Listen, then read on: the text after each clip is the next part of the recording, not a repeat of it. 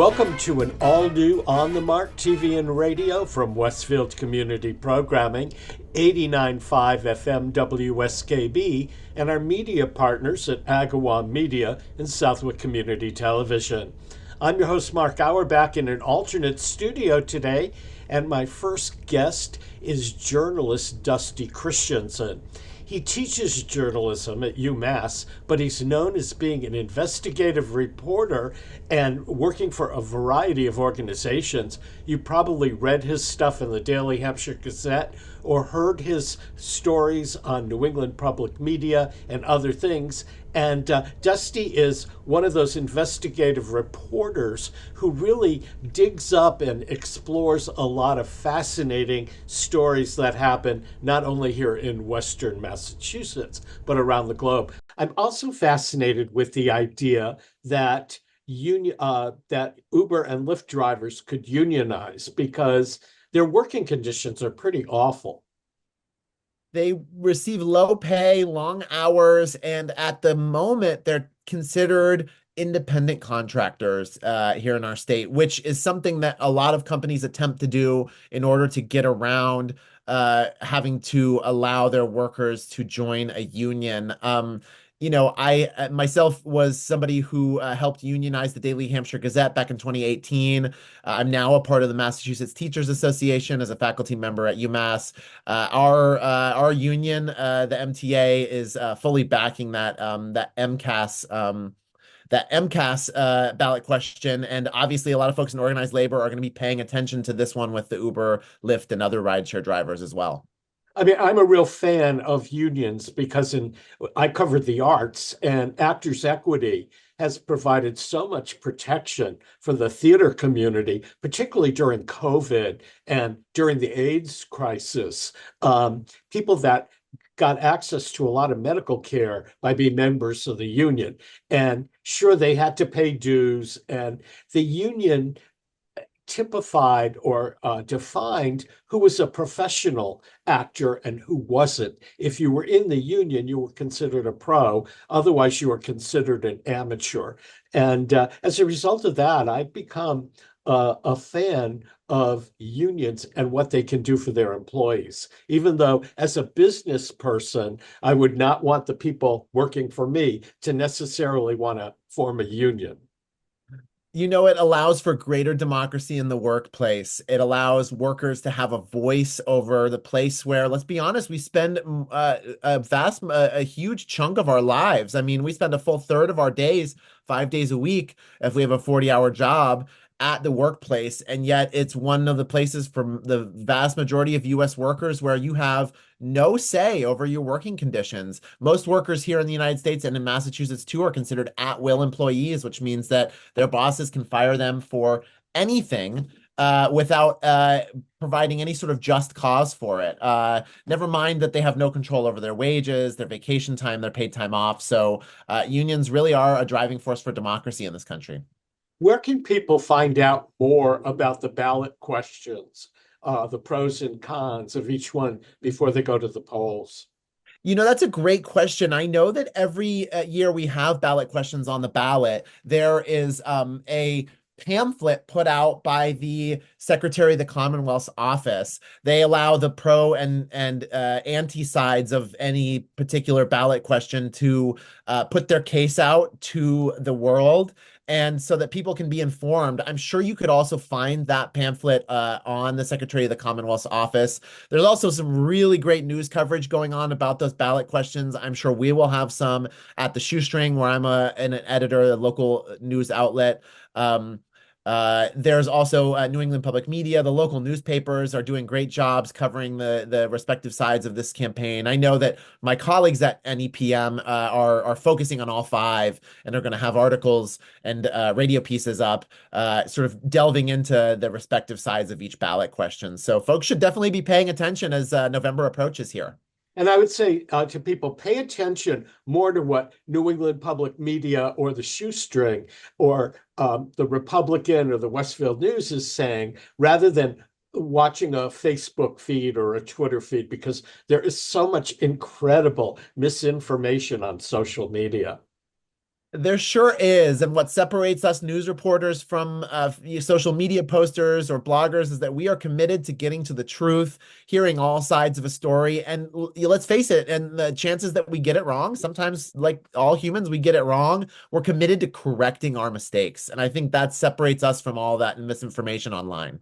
It certainly does, but we as media people have come under attack over the last 6 to 8 years, since the beginning of the first Trump administration, as being fake, telling lies, and everything else. And I think the public gets confused now about what's real news and what's fake news. It's very true. You know, the Committee to Protect Journalists, which is a wonderful nonprofit organization that's been around, I think, for decades now. I believe Walter Cronkite was maybe the first member of their board, if I'm getting those details right. They just put out a report in recent weeks detailing the alarm among journalists about the climate surrounding journalism after President Trump's first campaign and now candidate Trump's second campaign. We really are seeing a rise in attacks on journalists.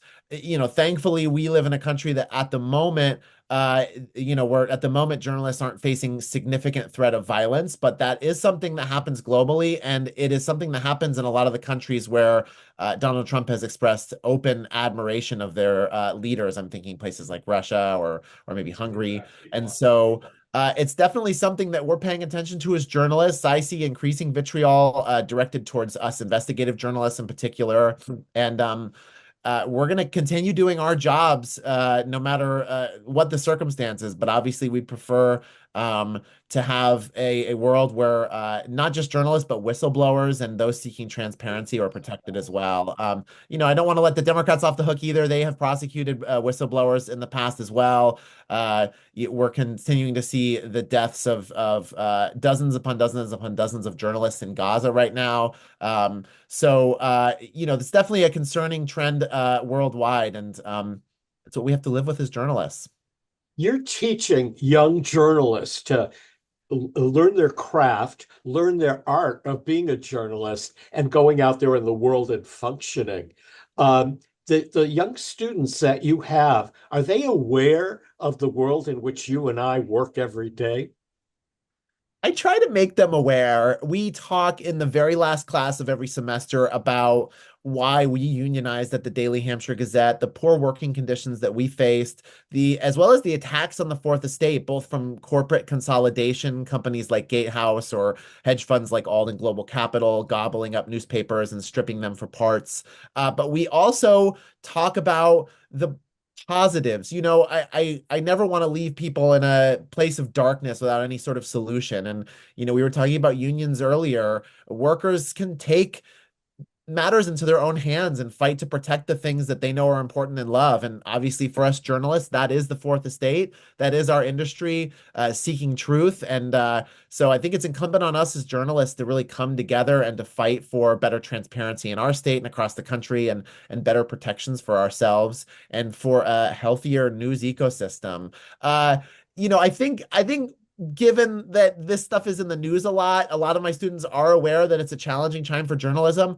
but it's also a really exciting time for journalism. There is sort of a resurgence in interest in investigative journalism, probably within the last decade or so, maybe after the Edward Snowden story and the publication of that in places like The Guardian, the New York Times.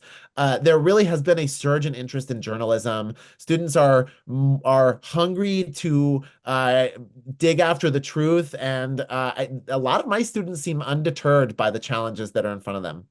A lot of my students, and I do a lot of work with students at various high schools and colleges in terms of radio broadcasting and all of that, they're entranced with the glamour of it all. We are producing here, we're going to live broadcast the Berkshire Theater Critics Association Awards, or the Berkeys, and I'm going to do a pre-show on the red carpet kind of thing.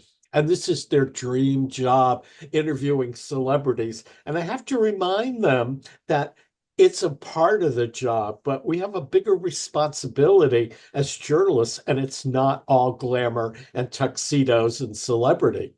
Um, I'm sure some of your students come in and think, well, I'm going to be an award-winning television anchor, and I'm going to get to go to all these places. I'm going to be the next David Muir and have somebody style my hair.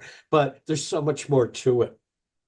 Absolutely. And I'm always trying to remind them that so many of those people you see on TV, not all of them, but many of them who are in those spots where they're able to have those glamorous assignments now, they got there by being in the trenches, by covering the arts beat, for example, at a local newspaper where, obviously there are shows where you get to go to a gala or a showing and it's a really fun job to do. But inevitably, there's also those stories that come up on the arts beat or the education beat, whatever beat that you're on, that are more hard hitting or that are, more challenging stories as well. And so, it really takes a generalist to be, on any particular beat.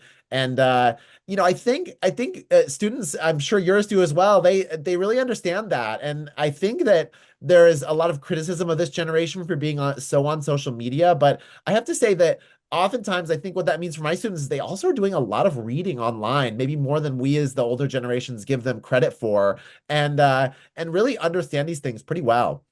And they also, and people don't remember this, they also have to learn punctuation, grammar, or if they're working in a world of like mine in radio and television, what words to pronounce. And in some cases, like with me, there's certain words I can't do.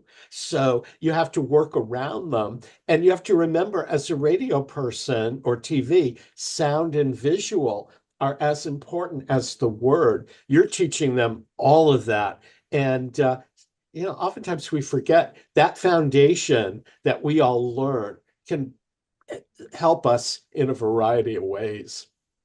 It sure can. And I can't say that my students are thrilled when they learn that it's the day where we're going to be spending 30 minutes on the passive voice, or, we're going to be spending a significant amount of time wondering why a comma goes here but not there, or talking about appositives or the present perfect tense, or, all these wonky things. But, obviously our job as journalists, no matter what our medium, is to be communicating, to be understood by the entire audience. And grammar, pronunciation, diction, all of that is a part of the job.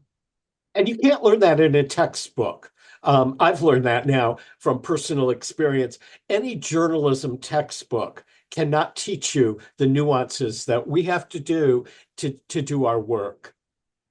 I totally agree with that. I think that because journalism nowadays has become more of a thing that people go to school for and then they get master's degrees for, which the reason for that is there's less news jobs out there. That is the way to sort of break into the industry. But I think people forget that what we do really is a trade at the core of it. It really is something that you learn by doing. You learn as a hands-on profession, doing it on the job. I myself did not study journalism as an undergrad, but I got a master's degree in journalism, and I was astounded by what I didn't know when I showed up to that first newsroom job at a radio station in New York City. I learned so much by just listening to other reporters, veteran reporters, talking on the phone, how they left voicemails, how they talked to a source who was being combative or comforted a source who was sharing their darkest, most vulnerable moment. It really is something that you just got to learn by doing. And I think sometimes my students get intimidated by that, but I think the flip side of that is it means you get to start doing it right away. You don't have to have some theoretical background, 6 years in school to do it. Pick up a pad and paper and get out there. You might make some mistakes, but you're going to learn doing it. And a lot of people think that to get a career in journalism, you have to start at the Republican or the New York Times or the Globe. But there are a lot of weekly and local newspapers where you can get a start and actually get your foot in the door, or in community access journalism that went from New England Public Media to here. Westfield Community Programming and its network of other community programming offers a variety of journalistic opportunities. And you are not necessarily confined to, you can only do a 20-minute thing or a 30-minute thing, but you could do an hour program and you can pick your topics to some degree. So it's a great way to get your feet wet in the industry. And there are so many options out there, blogging and stuff like that. So don't necessarily think that your first step into journalism is the employment office at the Times.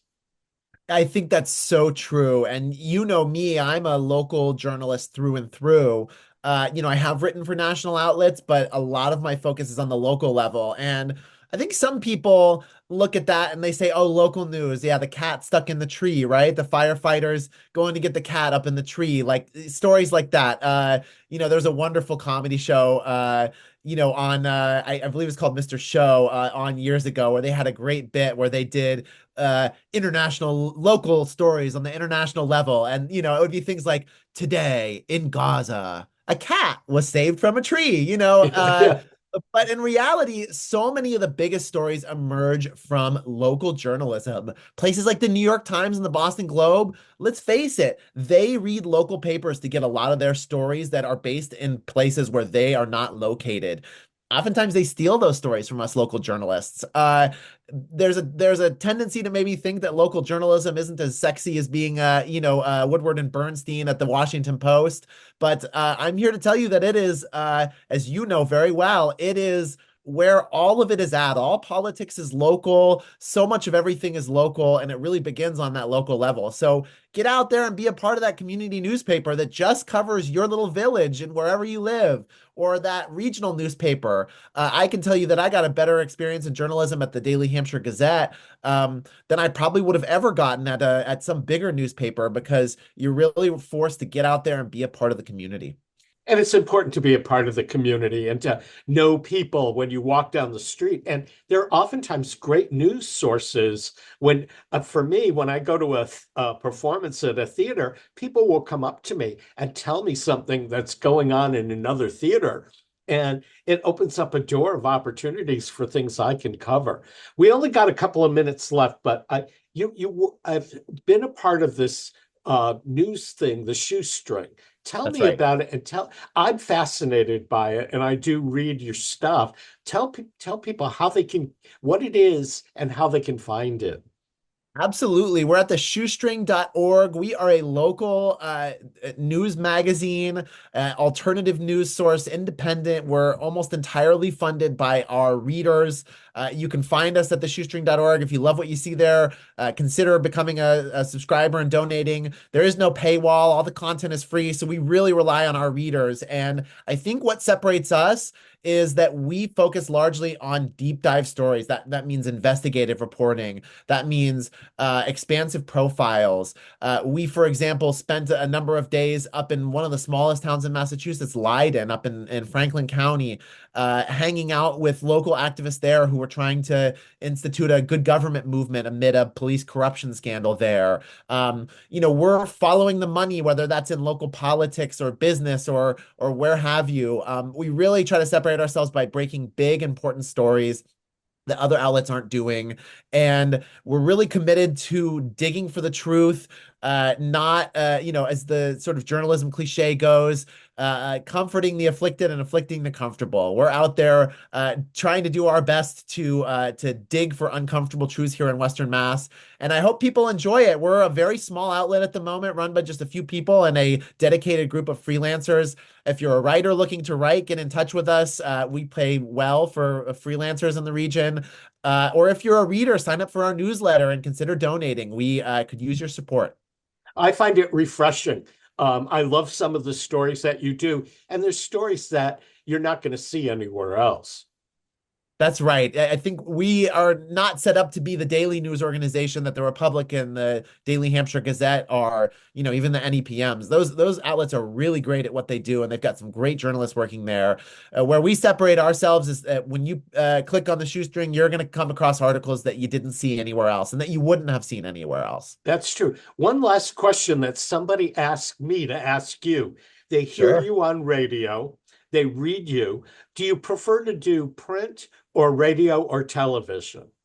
It's such a good question. I'm still getting used to television. You're gonna have to teach me the tips and tricks of the industry here. I am a writer at heart, I have to say, and so I really enjoy the printed word. I love getting to analyze every sentence, tweak a story 10, 15 times before publication, and then when it comes out, knowing that I really spent a lot of time crafting each sentence with love. I wanted to initially be a fiction writer when I was a kid. I wrote tiny short stories in a little binder of mine when I was just in elementary school. So I think I do prefer print, but radio is amazing. It's great to be in conversation. It feels more human. It feels like we're really connecting with our audience in radio. So those are definitely my two favorite mediums for sure.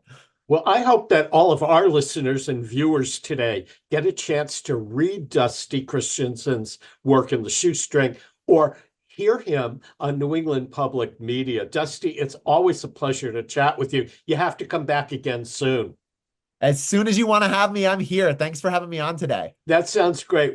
Thanks to Dusty Christiansen. We're going to take a brief break to acknowledge the underwriters that make programming here on Westfield Community Programming 89.5 FM and our media partners at Agawa Media and Southwick Community Television possible. Peter Coles has been our chief engineer today. I'm Mark Auerbach. Don't go away because we'll be right back. Support for the community programming of WSKB is provided by the Dunkin' Donut Shops of Westfield and the Sardinia family. It's nice to know that even as the world changes, Dunkin' Coffee remains the same at 7 convenient locations throughout Westfield. Support for the community programming of WSKB is provided by the Barnes & Noble College Bookstore in the Ely Campus Center, offering Westfield State t-shirts, sweatshirts, and gift merchandise, all of your academic needs, and offering textbook materials in new, used, ebook, and rental formats.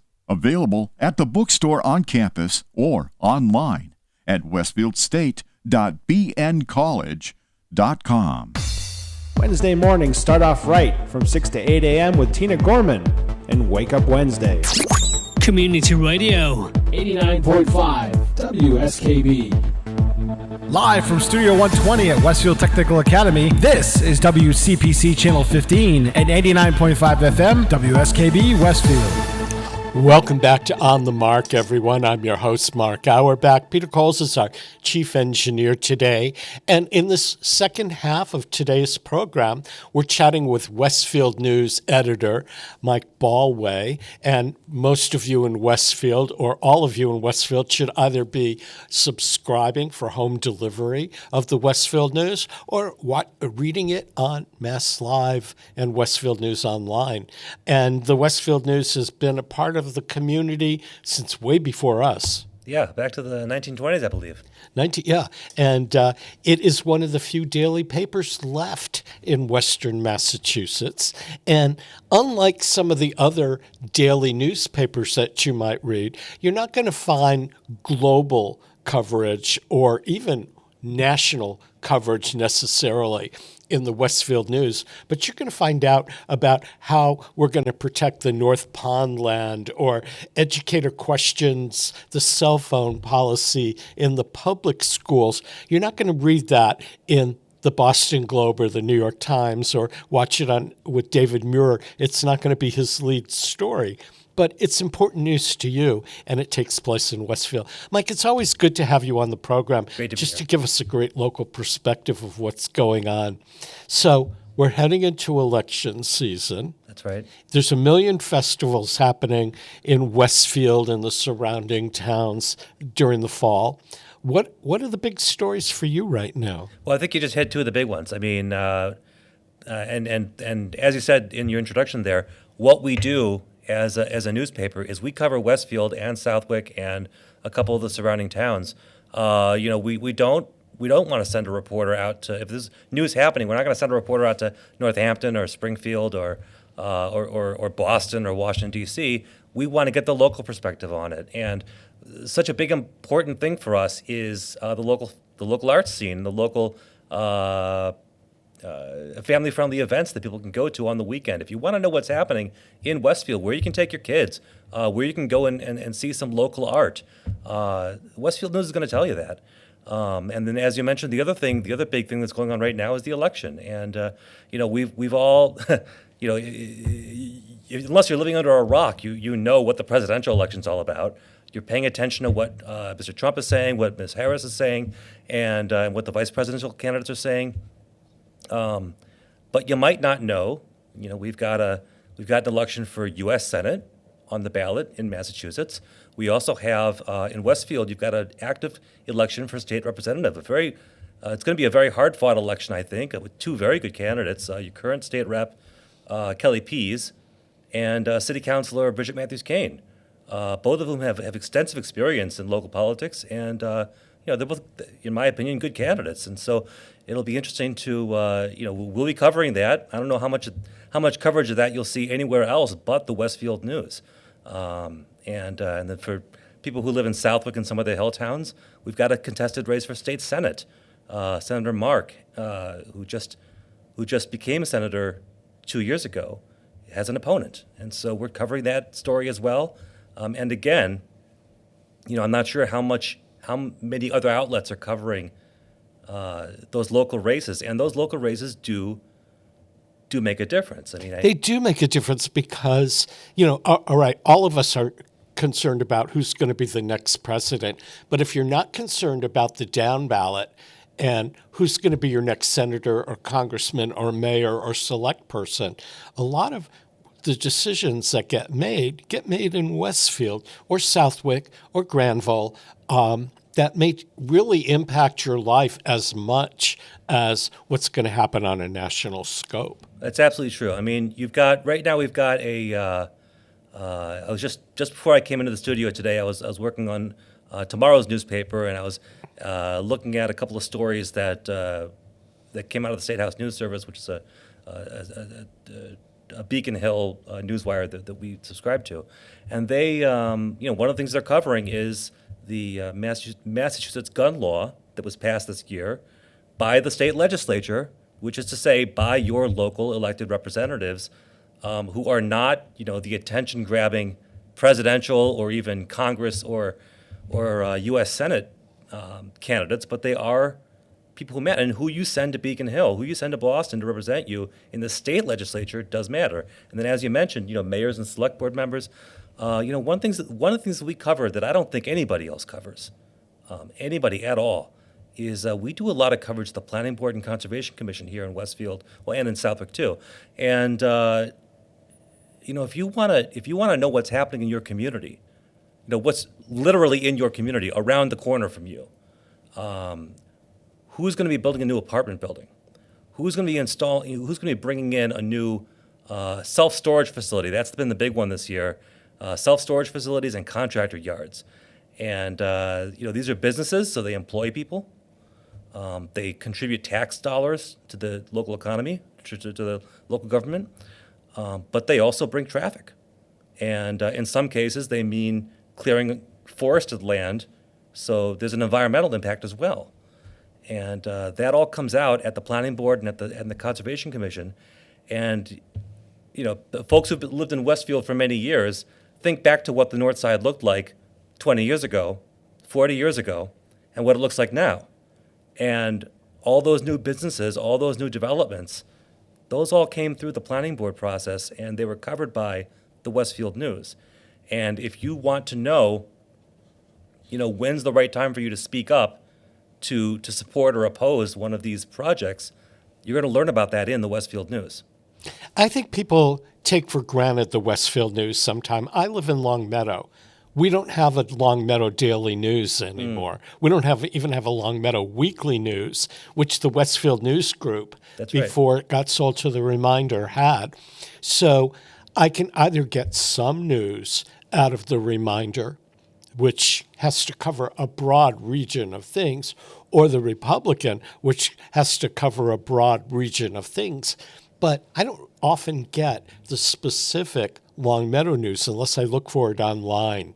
And the Westfield News provides specific news to Westfield in print and online. So people in Westfield are so fortunate to have a daily paper like this. Yeah, and I'll say, because they're my colleagues, I have to say the folks that run the Reminder in Longmeadow, as well as in the other towns that the Reminder covers, they do a great job. They do a fabulous job. But there is nothing like having your own daily newspaper. I live in West Springfield, and so we don't have a local daily newspaper like the Westfield News covering us.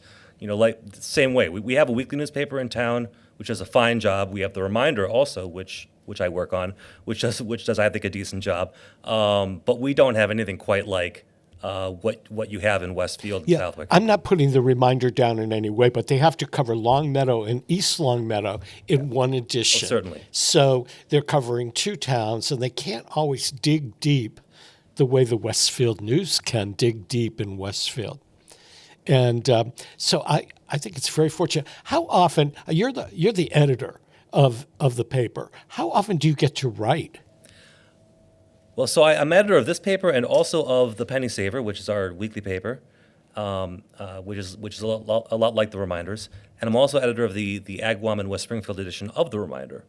And so I don't do an awful lot of writing in Westfield, although I do sometimes when, if one of our reporters has a conflict, I'll go pinch hit. If they've got two meetings scheduled for the same night, I might go to one of them.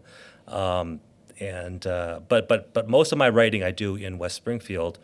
For our weekly paper there, and I cover the city council and the school committee.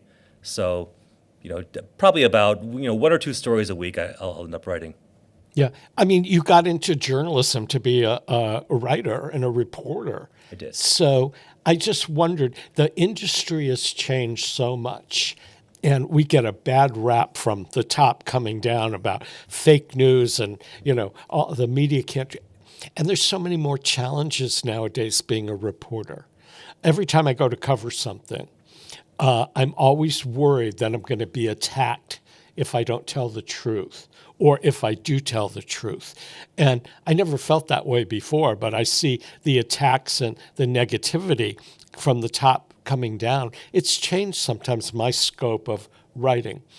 What has it done to you? Well, I think that in a lot of ways, this is a lot like we've seen this elsewhere in society as well. People don't really see the humanity in each other anymore as much as I think they used to, I've experienced the exact same thing as you. I get a lot more skepticism out there than I used to among people that I'm covering, or people just don't want to talk to the paper, if people are afraid that they're going to be misquoted or that they're going to be mischaracterized, and I understand that. And I got to tell you, we try really hard not to do that. And I think that a lot of people like to conflate all the media as one thing with one aim. And what we do at the Westfield News is a lot different, really, than what you see at the national level. We're not in this to play gotcha games. We're not in this to create sensationalistic headlines. We're in this to tell the story of our community. And not only is that our intention, but it's also our best practice. If I'm a blogger or a podcaster or just some media figure who does cable news hits, it might be in my best interest to go as sensational as possible, and do whatever I can to get the most extreme thing out there and burn whatever people I need to along the way. I got to tell you, if I tried to do that in my job, I wouldn't have a job very long, because what we do is cover a community. And if we develop a reputation of untrustworthiness in that community, we can't cover it anymore. And so I tell this to my reporters. I tell them, especially when they first come on board, I say, look, this is a relationships business, and it does us no favor to go in and do sloppy work with the mayor of Westfield, let's say, misquote him, intentionally try to make him look bad, anything like that. Because guess what? You get a headline once, you get one headline out of that, and then the guy never talks to you ever again, and you've ruined the reputation of your organization. And it's not like we can pack up and just start. Okay, well now we've made our name mud in Westfield. Let's go find some dirt in Longmeadow, or let's go find some dirt in Pittsfield. No, we are the Westfield News. We were here, 80 years ago in Westfield. We're going to be here hopefully 80 years from now. Certainly in the foreseeable future, we will be here covering Westfield, and we want to do right by you because our source today is also our source tomorrow, and is also our customer tomorrow, and we want to make sure that everyone recognizes that we are trying our hardest to do a good job for Westfield. Yeah, I find that in my role primarily as an arts reporter for a variety of venues, my job is to advocate for the arts. That's why I'm there. If I trash every play or concert or exhibit and the theater folds or doesn't succeed because of what I'm doing, then the economy is suffering because that theater may employ 30 people or 40 people and be an essential part of the creative industry in that town. But I find it very difficult personally to trash somebody for their design or their direction or their performance because they put a lot of effort and energy into it. So I'm trying to take the high road when I'm writing a critique of something. And if somebody is awful, I'd prefer not to mention it and just to leave it out than to say, well, so-and-so was awful. And I get criticized quite a bit for some of the things that I write where a theater will say, you didn't mention so-and-so. And I want to say, well, I didn't mention them because they were awful and I was trying to protect. I'm invested in the industry as a whole. But I find today, as media people, we get attacked more and more by people for what we write or don't write in a story or do on a broadcast than years ago, because I think that from the top on down, we as the media are the kind of like the target of a lot of rhetoric that's coming out there. Do you ever feel that, especially in the last 12 years, with the media being bad or the media being fake, do you feel it puts a pressure on you? It certainly does. But in a way, I welcome the pressure because people should be skeptical consumers of their media. People should, when they see something on TV or read something in the Westfield News, they should ask themselves, okay, well, is the reporter not telling me something? Okay, the reporter only got this from his source. What's the source hiding? That's good, and I welcome that. And if we make a mistake, send us an email. Let us know. We want to correct the mistake. We don't want incorrect information out there under our name. But we are human and we do make mistakes. But there are. I do feel that there are more people out there who are looking for it now, and are gleeful about finding a reason to believe that the media are out to get them. And like I said earlier, I think there are those people. I think there are those people, especially in the national media, who have really betrayed the trust of their audience. And if I could say one thing to people, it's to understand that not all media organizations have the exact same mission, and ours is very much a mission of, being your honest neighbor, giving you, as honest a report as we can. How many people read the Westfield News every day? Do you know? I don't know. And part of that is because so much of our circulation is online nowadays. And I'm sure there are people at my organization who do know, but they keep me away from my numbers because they don't want me motivated by chasing clicks or chasing newsstand sales, because as I mentioned earlier, that's kind of the path toward being sensationalistic, and they'll if they feel that I'm not doing a good enough job at covering the news in an attractive way to readers, they'll let me know. But they don't want me obsessing over moving the needle a little bit every day, because they want me doing a conscientious, fair effort every day.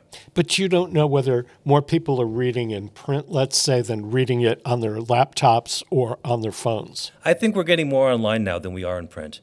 The print numbers have gone down, and that's been the case all across the industry, as you can probably imagine. We've got a good solid core of print readers, of which I am one. I get even in West Springfield, I get the daily newspaper. I get the Springfield Daily newspaper every day at my house, and I enjoy reading it in print. But I know that a lot of people prefer to get it on their phone, or they prefer to get it online on their computer, and so. I mean, I subscribe to Mass Live or the Republican, and I subscribe to the New York Times online. I find it easier to read, and also easier that when I put out the trash, I don't have to recycle the papers. But there's every once in a while, like on a Sunday, I want to hold the New York Times in my hands. Yeah, there's this great thing that you'll never match online about just holding the newspaper. There's a certain serendipity. Your eye wanders around the page, and you see an item that you might not have ever encountered if it were just a headline online. But you see that the designer of that page put that headline in really big, bold font, saying it's an important headline, and you stumble upon it. And I love that experience. I love the experience of, if I were reading to give the example of a larger paper like the Springfield paper or the New York Times or the Boston Globe, whatever. If I were reading a newspaper online, I probably would never visit their siloed travel section, for example. But every now and then in the Sunday paper, the section just falls out of the paper. It's on my table, and I look at it. I was like, oh, well, that's an interesting photo of Ireland. Let me read that story about, traveling to Ireland. That's an interesting photo of that's an interesting headline, the very witty headline they put together. Now they've got me. I've got to read that story now. Yeah, and some of the things, like with the New York Times, some of the stuff that's online is not in print, at least in the print edition that we get in Western Massachusetts. And I've gotten addicted to the ethics page and the help pages where people say, I want to get rid of my spouse and I want to do this and do that. And I can find some of the stuff online extremely entertaining. But in the print editions of things, there's a lot of stuff you don't get online. And so there's a lot to be said for both. Somebody asked me to ask you, who are the journalists on the national scope that you admire the most for their work? Oh, that's a good question. Print or television? Gosh, that is a really good question. I don't have a good answer to that. Somebody I will say that I admire. I guess they're all opinion journalists, I think, which is kind of funny because I don't do any of that myself. But somebody that I really admire is a former New York Times reporter named Barry Weiss, who was kind of struck out on her own. And I just, the idea of setting up your own shop that she's kind of made very successful, at least moderately successful, I find very interesting. And she has it seems like a very intelligent person with a lot of things to say. She's opinionated and she has her opinions. But I think it's important that we learn to disagree intelligently nowadays. And I think that anybody who brings opinions that are backed by intelligence should be welcomed. We're going to take a quick break to acknowledge our underwriters, and we'll be back to talk more with Michael Ballway, who puts the Westfield News out for you all the time. Peter Coles is our chief engineer. I'm Mark Auerbach. We'll return after these messages. Support for community radio on WSKB provided by Westfield Electroplating. Employing over 140 skilled platers, painters, and technicians, Westfield Electroplating was founded in 1946 and was the first company in the country to achieve National Aerospace and Defense Contractor Program accreditation, proudly maintaining that status for over a decade. Westfield Electroplating provides over 50 quality finishes to meet your corrosion, cosmetic, or performance needs. On the web at www.westfieldplating.com or 413-568-3716. Westfield Electroplating, putting the finishing touches on technology. Underwriting for Community Radio on WSKB is brought to you in part by Rockies. Over 30 convenient locations throughout Massachusetts, Rhode Island, New Hampshire, Connecticut, and Florida. One of the nation's largest ACE dealers. Expertise and great product selection in paint, hardware, lawn and garden. That's Rockies, rock solid service since 1926. On the web at rockies.com. Hi, this is Harry Rock, host of Rock on Westfield every fourth Wednesday at 8 a.m. Tune in for my view of this place I call home. Community Radio. 89.5 WSKB. Live from Studio 120 at Westfield Technical Academy, this is WCPC Channel 15 and 89.5 FM, WSKB Westfield. Welcome back to On the Mark, everyone. I'm Mark Auerbach. Peter Coles is our chief engineer today. This hour has been a program with our local journalists, and with me right now is Michael Ballway from the Westfield News. And if you've missed a part of today's program, or you want to watch or listen to it again, or share it with friends, it's archived on YouTube under WSKB Community Radio. Mike, during the break, we were talking about the fact that the election is around the corner. People are probably tired, have election fatigue. But in addition to electing local representatives and a president and some senators and congressmen, there's a couple of ballot initiatives that are up and coming. And I know that the Westfield News has done a great job in profiling some of the issues up and coming in the election that really impact people that live in Westfield. What kind of special programs or special things have you been working on and are doing between now and the election? So obviously we've got in the daily paper we've been running a lot of stories from that group I mentioned, the State House News Service, which covers Beacon Hill politics and such, and they've been doing a great job of covering the 5 ballot questions which are on the ballot this year, and we've also in the Penny Saver and the other papers of the Reminder. We've been running stories about the ballot questions from a Western Mass perspective. And so I know that our reporter, Tyler Lederer, who works in the daily paper and also works in the Penny Saver, he did a story about the ballot question to raise the minimum wage for tipped workers, so restaurant servers, bartenders, etc. And he spoke with the owner of Tribeca here in Westfield as to what impact would that have on a small business that which is what most restaurants are, and he also spoke with, I believe he spoke with a server who is on the pro. Spoiler alert: the restaurants are not most of the restaurants are against raising that wage minimum, and he also spoke, I believe, with a Western Mass a server from Western Mass who was in favor of it. And I think it's really important for us to get, most of the statewide coverage that you're going to get on these is statewide, and because most of the populations in the East is going to be focused on people in the East. But it's important, something that the Westfield News can do, something that the Penny Saver and the Reminder papers can do, is bring that focus out to the West and just talk to some of the local people about what their opinions are. So once the election is passed, what are there any events or programs in Westfield that you will be covering on an ongoing basis that are in discussion now? I know there's constant talk about the Mass Pike exit being reconfigured and construction on the north side of town. What are some of the ongoing things that you'll be highlighting or that you think you'll be highlighting? Well, I know we're going to stay on top of the Coles Bridge, stay on top of the construction process of that bridge, which affects so many people driving through Westfield. As you mentioned, the Turnpike exit is something.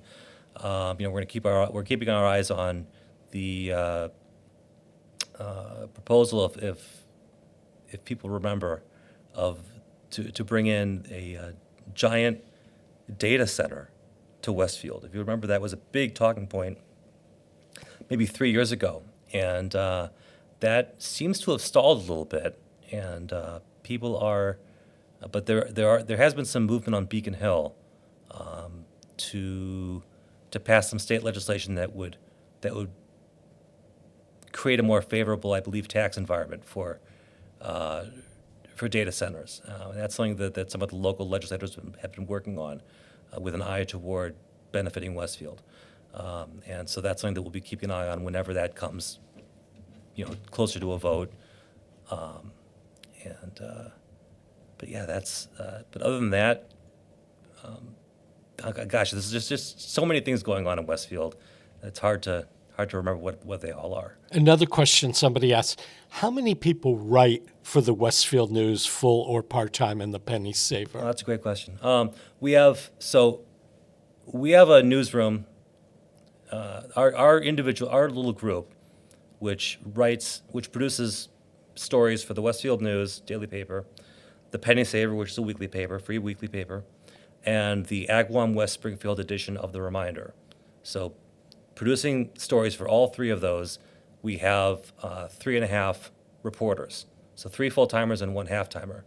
Plus we have, and this is just great for Westfield, we have a part-time photographer, Mark St. Ange, who is out every weekend and many afternoons covering all these great community events here in Westfield and Southwick, and also covers a lot of our sports events in the evenings and afternoons that you see on our sports page. It's another great aspect of the paper is that we've got reporters and photographers covering local high school sports for the Bombers, for the Tigers, for the Saints, and for the Rams.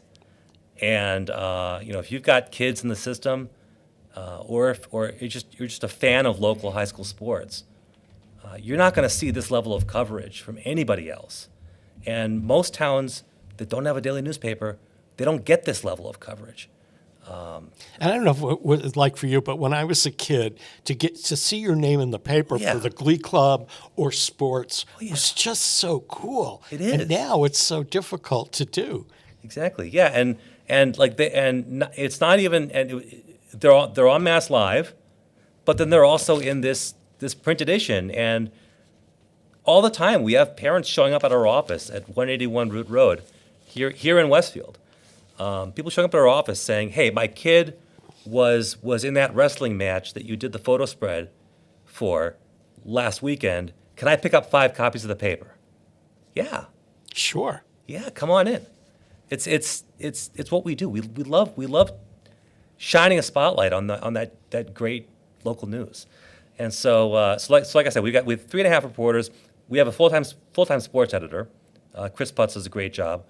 And Mark St. Ange is our photographer. And, the 3 reporters, the 3 full-timers, I mentioned Tyler Lederer. He's a great up-and-coming talent in our company. We've got a guy, Cliff Clark, who covers mostly Southwick, but also police news.